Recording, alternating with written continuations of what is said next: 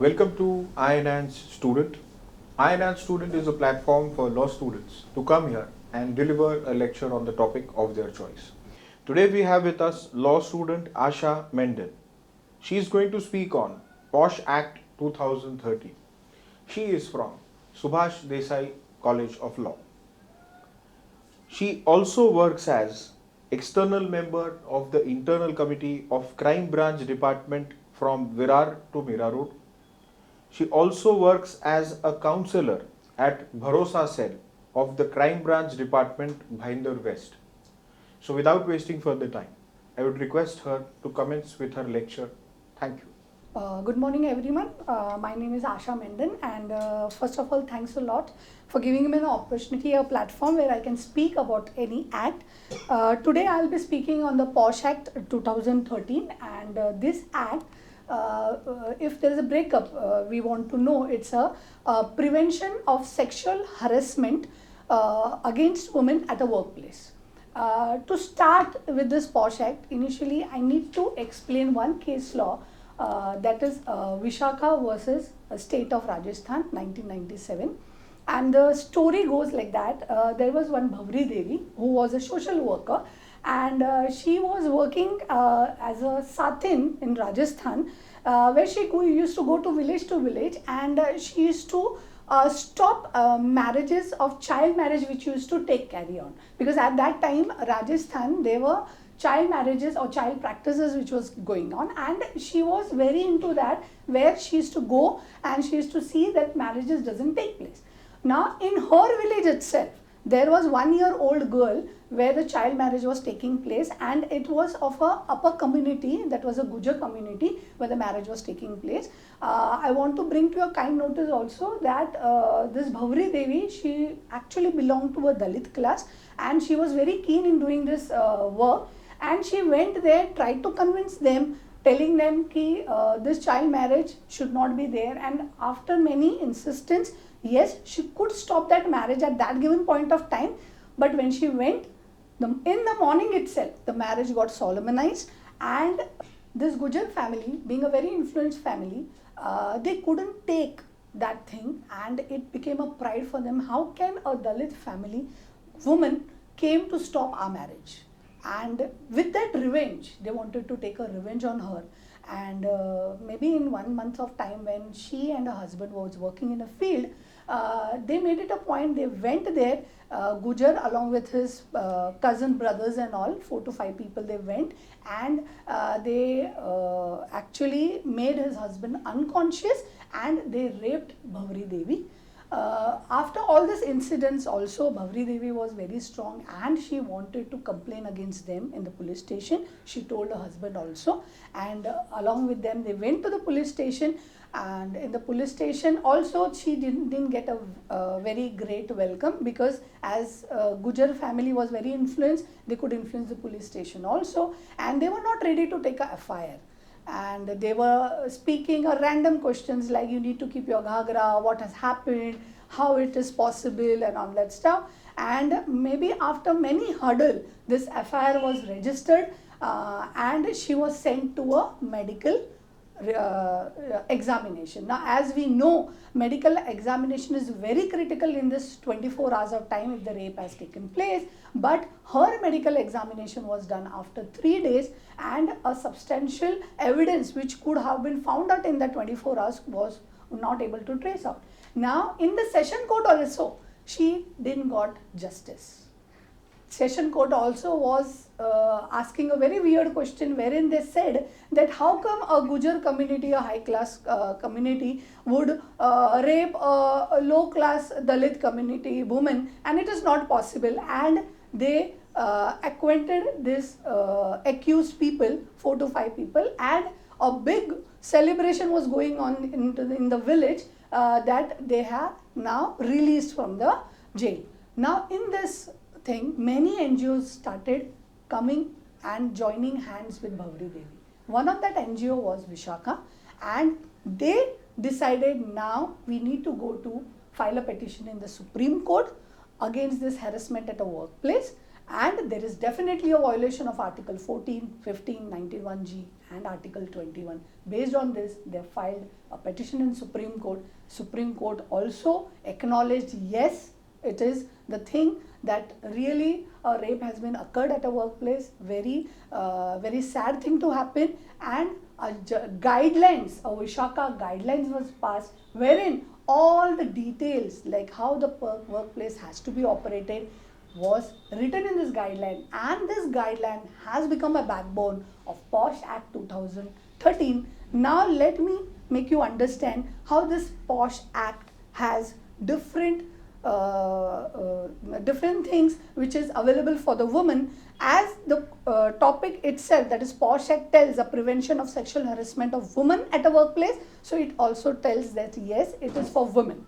Now, what is the object of this act which has come? So that women can work very freely in a workplace. She is not afraid that somebody would sexually harass her, sexually molest her.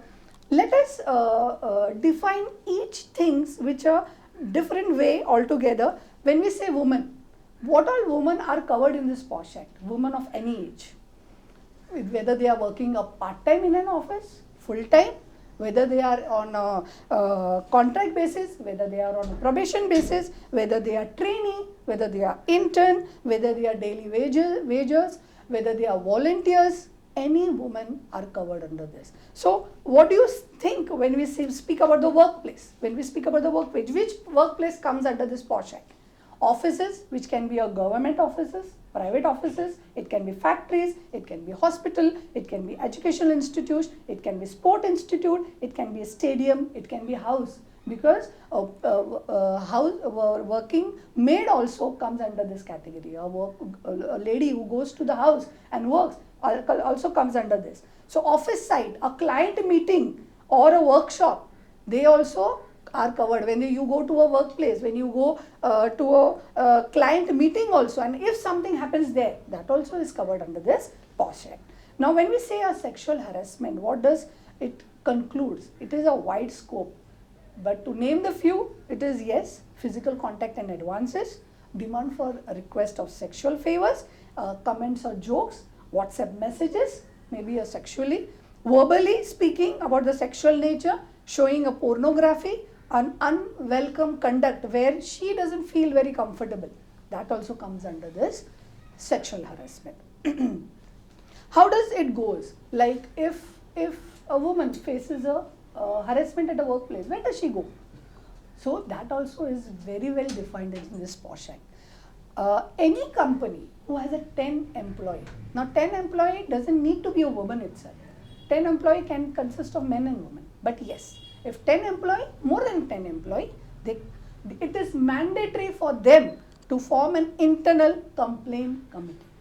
In that internal committee member, they need to make one presiding officer, means one chairperson, who has to be a senior woman employee. There has to be 2 members of their employees only who is committed to women's cause, and there would be 1 external member who can be from an NGO. At least 50% of the women should be member in this internal complaint committee, and the term for this is 3 years. Now what happens if a company doesn't have a 10 workers? Then where do they go? Yes, there is a local complaint committee that is at district level, and it is run by district officer. Women can go there and complain accordingly.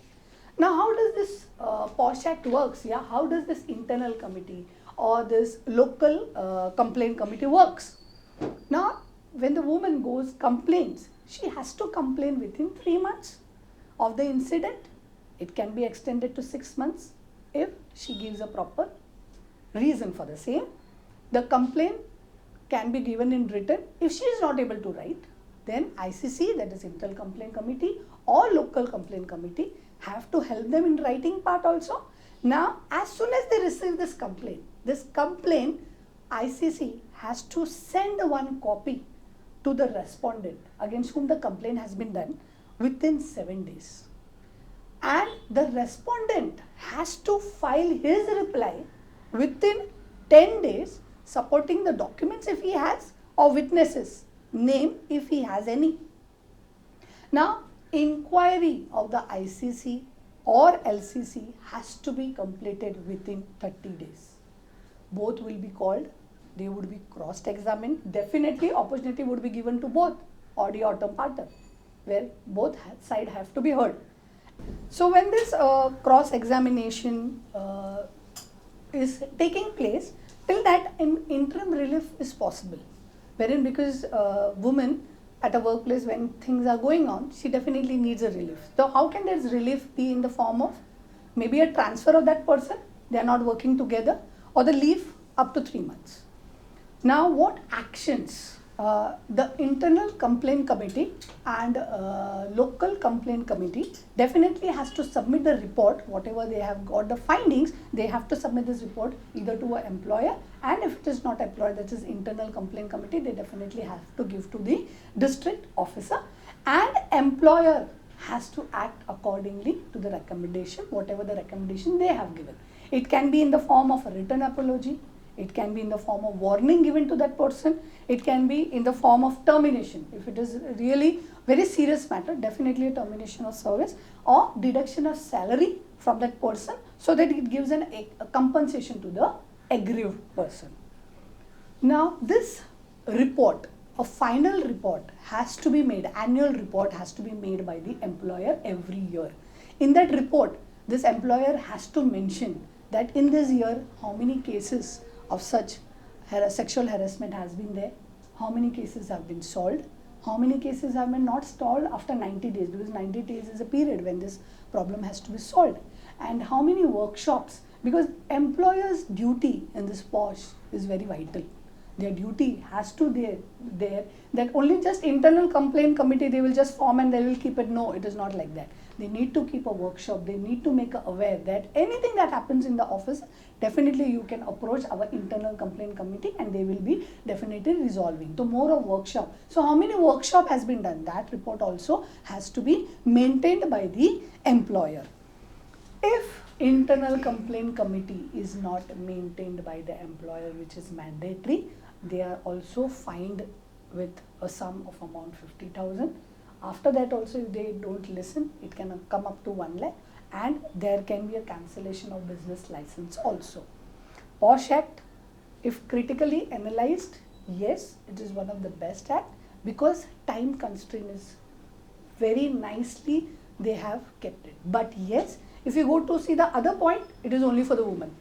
Right now, working place, it is not only safe for women also, but yes, there are many men who face such type of harassment. So definitely there should be more laws or more acts which should come for the men also. Yes, lack of awareness in the smaller organization, bigger organization may be keeping it for, there are many organizations who just keeps in writing, okay, yes, we have an internal complaint committee, but actual they are not keeping that active, they have not kept it. So as per my analyze, yes, there should be more awareness, more of the things we should be aware. Yes, there is a POSH committee, which I think right now also many organization doesn't know.